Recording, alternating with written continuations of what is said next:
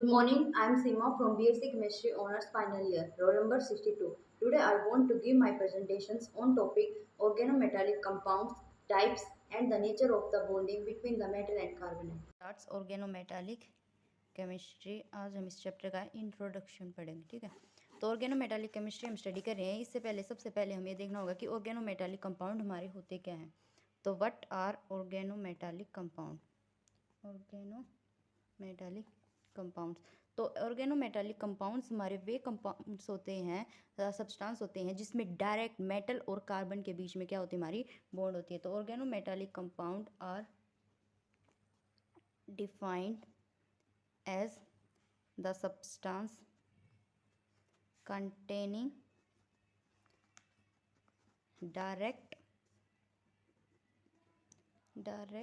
metal carbon bond, मतलब metal के और कार्बन के बीच में हमारी क्या होती है, बॉन्ड होती है। फिर इसमें हमारी नेक्स्ट जो पॉइंट आता हुआ आता है कि जो मेटल और कार्बन के बीच में बॉन्ड होती है, तो इसमें जो कार्बन एटम होता है वो हमारा क्या हो सकता है। तो कार्बन एटम हमारा कोई भी एल्काइल ग्रुप भी हो सकता है, एल्कीन भी हो सकता है, हमारा एल्काइन भी हो सकता है, कार्बोनियल ग्रुप भी हो सकता है। कार्बोनियल ग्रुप में हमारा मतलब एरोमेटिक भी हो सकता है या हेट्रोसाइक्लिक भी हो सकता है, मतलब कोई साइक्लिक रिंग भी आ सकती है उसमें, ठीक है।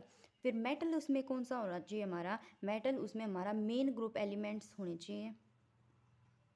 मेन ग्रुप एलिमेंट्स, जो मेन ग्रुप के एलिमेंट्स होते हैं वो, और इसके साथ साथ हमारे ट्रांजिशन मेटल्स होने चाहिए। ट्रांजिशन मेटल जैसे हमारी 3D 4D और 5D सीरीज़ के हो गए, और लेंथेनाइड और एक्टिनाइड्स, ये हमारे होने चाहिए जो ट्रांजिशन मेटल्स में आते हैं, डी ब्लॉक के एलिमेंट्स में होते हैं। और जो मेटल और कार्बन के बीच में जो बॉन्डिंग होती है ना, इसके बीच में मेटल और कार्बन, ये बॉन्ड कैसी होती है। तो ये बॉन्ड हमारी जो ये लिंकेज होती है, लिंकेज बोले या बॉन्ड बोले, वो हमारी हो सकती है मे बी आयनिक भी हो सकती है, हमारी कोवलेंट भी हो सकती है, और लोकलाइज्ड भी हमारी कोवलेंट भी हो सकती है, और लोकलाइज्ड भी हो सकती है, लोकलाइज्ड या डी लोकलाइज्ड भी हो सकती है।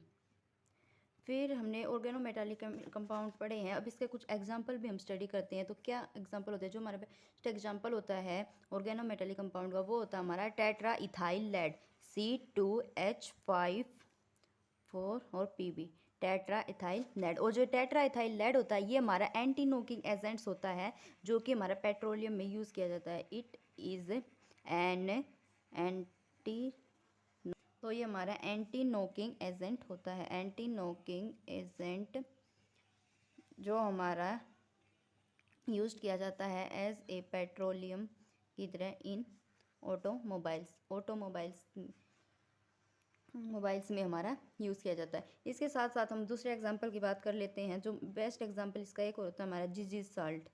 क्या होता है, जिजिज साल्ट। और जिजिज साल्ट का जो हमारा फॉर्मूला होता है वो होता है हमारा कि PTCl3 और इथाइल ग्रुप। ये हमारा जिजिज साल्ट एग्जाम्पल हो गया ऑर्गेनोमेटालिक कंपाउंड्स का, और ये टेट्राइथाइल लेड हो गया। अब हम नेक्स्ट ऑर्गेनोमेटालिक कंपाउंड्स कितने टाइप्स के होते हैं उनके टाइप स्टडी करेंगे। तो जो हमारे ऑर्गेनोमेटालिक कंपाउंड्स होते हैं, organometallic compounds are of two types. तो ये हमारे टू टाइप्स के होते हैं। मतलब फर्स्ट इज सिंपल, मतलब हमारे सिंपल भी एक होते हैं ऑर्गेनोमेटालिक कंपाउंड, और एक हमारे होते हैं मिक्स्ड ऑर्गेनोमेटालिक कंपाउंड। तो सबसे पहले हम अपने सिंपल ऑर्गेनोमेटालिक कंपाउंड्स की बात करते हैं। तो सिंपल हमारे वे होते हैं जिसमें जो हाइड्रोकार्बन रेडिकल या हाइड्रोजन एटम होता है वो हमारा डायरेक्ट अटैच्ड होता है मेटल के साथ, means which have only hydrocarbon radical, hydrocarbon radical और hydrogen atom attached to metal atom. मतलब मेटल एटम के साथ जो हाइड्रोजन रेडिकल हो गई वो डायरेक्ट मेटल के साथ अटैच्ड हो। तो इसका जो हमारा एग्जांपल होता है वो टेट्रा इथाइल लेड ही एग्जांपल होता है, क्योंकि उसमें डायरेक्ट हमारी बॉन्डिंग होती है। नेक्स्ट जो हमारा मिक्स्ड होता है, इसमें मतलब हाइड्रोजन के अलावा कोई और ग्रुप इसमें डायरेक्ट अटैच्ड होता है। तो have groups which have groups other than hydrocarbon radical और हाइड्रोजन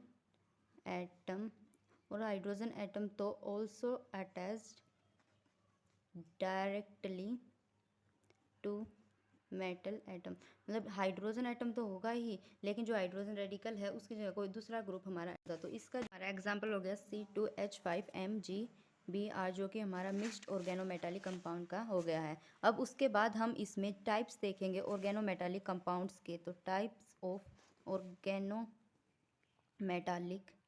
ऑर्गेनोमेटालिक कंपाउंड्स किसके बेसिस पर हम इसकी टाइप्स देखेंगे? इसकी टाइप्स हम देखेंगे मेटल एंड बॉन्डिंग के बेसिस पे। Metal and bonding between metal and carbon, मतलब मेटल और कार्बन के बीच में किस टाइप्स की बॉन्डिंग होती है, उस बॉन्डिंग के टाइप्स के बेसिस पर इसकी हमारी टाइप्स होती हैं। 4 टाइप्स की होती हैं हमारी। एक आयनिक होती है। सबसे पहले हम आयनिक को स्टडी करते हैं। आयनिक कंपाउंड क्या होते हैं? तो ionic compounds of electropositive metal. Electron positive metals के कौन से आयनिक कंपाउंड्स होते हैं? तो आयनिक कंपाउंड्स में हमारे ये फॉर्म्ड होते हैं जो आयनिक कंपाउंड्स, तो ये हमारे they are formed by the most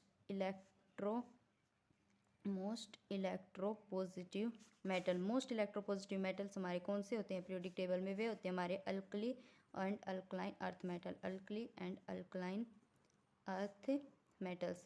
तो इसके द्वारा जो हमारे आयनिक कंपाउंड्स होते हैं उनकी हमारी फॉर्मेशंस होती है। लेकिन इसमें हमारा लिथियम का एक्सेप्शन होता है। लिथियम का क्या होता है? हमारा एक्सेप्शन, क्योंकि लिथियम हमारा कोवलेंट कंपाउंड बनाता है, ये हमारा आयनिक कंपाउंड नहीं बनाता है। ये हमारा कौन सा कंपाउंड बनाता है? कोवलेंट कंपाउंड बनाता है। क्यों बनाता है? क्या है इसके पीछे? क्योंकि जो हमारा लिथियम कंपाउंड्स होते हैं, वो जो लिथियम होता है वो हमारा बहुत ज़्यादा स्मॉल साइज का होता है। Smallest atom in its group. जो हमारा फर्स्ट ग्रुप का मेटल होता है और अपने पूरे ग्रुप में सबसे ज़्यादा छोटा होता है, वो पूरी पीरियोडिक टेबल में रिएक्टिव भी सबसे ज़्यादा होता है। तो ग्रुप होता है जो कि इसके makes it difficult to lose the electrons. मतलब इलेक्ट्रॉन्स को लूज़ करना बहुत ज़्यादा मुश्किल हो जाता है आयनिक बॉन्ड्स बनाने के लिए। इसलिए जो हमारा लिथियम होता है ये हमारा कोवलेंट कंपाउंड्स होता है, आयनिक कंपाउंड्स नहीं होता है। और इसके साथ साथ इसमें हम कुछ और पॉइंट्स के बारे में देखते हैं। तो ये हमारा सोल्यूबल हो जाता है, जो आयनिक कंपाउंड्स होते हैं soluble in the polar solvents and insoluble in non polar solvents. और नॉन पोलर सॉल्वेंट्स में ये हमारा क्या होता है? इनसोल्यूबल होता है। Insoluble in the non polar solvents. Second इसकी बेसिस के टाइप्स पे देखते हैं, तो वो हमारी होती है कोवलेंट ऑर्गेनोमेटालिक कंपाउंड्स। और कोवलेंट ऑर्गेनोमेटालिक कंपाउंड्स को हम बाईसेंट्रिक और बाई इलेक्ट्रॉनिक भी बोलते हैं। क्या बोलते हैं? बाईसेंट्रिक और बाई इलेक्ट्रॉनिक। तो जो कोवलेंट कंपाउंड होते हैं ये हमारे कैसे फॉर्म होते हैं? ये हमारे फॉर्मेशंस होते हैं, इनके पास एक ऑर्गेनिक पार्ट होता है। They have organic part bonded to metal atom by normal two electron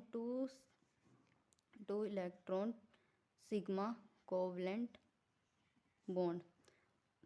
तो जो हमारे कोवलेंट ऑर्गेनोमेटालिक कंपाउंड्स होते हैं ये हमारे फॉर्म्ड होते हैं। They have the organic part bonded to the metal atom by the normal two electron covalent bond के द्वारा बनते हैं। और जनरली जो ये हमारे कंपाउंड्स होते हैं ये formed by group third, fourth और fifth. Group third, fourth, fifth मतलब जिंक, कैडमियम और मरकरी के द्वारा जो ये मेनली ग्रुप होते हैं ये हमारे फॉर्मेशन किए जाते हैं। तो इसका में हमारा जो एग्जांपल हो जाएगा वही टेट्रा इथाइल लेड हो जाएगा, जो कि हमारा एंटी नॉकिंग एजेंट होता है, जो एडिट किया जाता है पेट्रोल में ऑटोमोबाइल्स के लिए। थर्ड जो इसमें हमारा पार्ट आता है वो है इलेक्ट्रॉन डेफिशिएंट ऑर्गेनोमेटालिक कंपाउंड। और इसको हम बोलते हैं ट्राइसेंट्रिक और बाईसेंट्रिक भी इसको हम नॉर्मली बोलते हैं। तो ये हमारे कैसे फॉर्म्ड होते हैं? इलेक्ट्रॉन डेफिशिएंट, नाम से ही पता चला मतलब कमी। तो लूजली जो बाउंड होते हैं इलेक्ट्रॉन्स हमारे उसके द्वारा फॉर्मेशन होते हैं।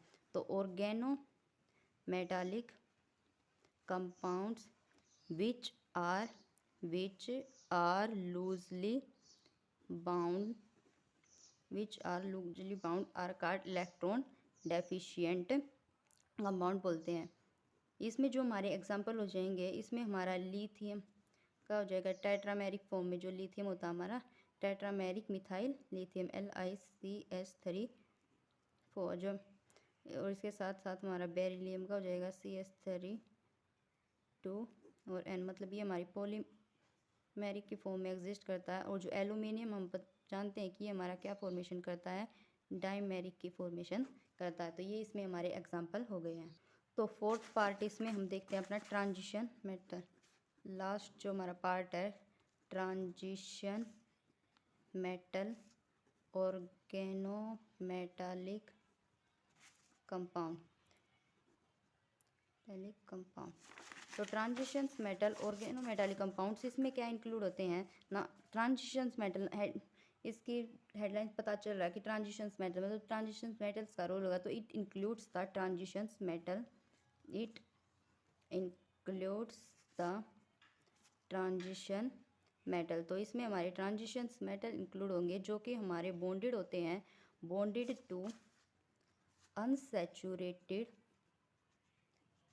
Organic compound. Unsaturated organic compounds का मतलब क्या है कि उसमें हमारे सिंगल बॉन्ड नहीं होगी, मतलब डबल या ट्रिपल बॉन्ड होगी, जिसमें इन विच ट्रांजिशन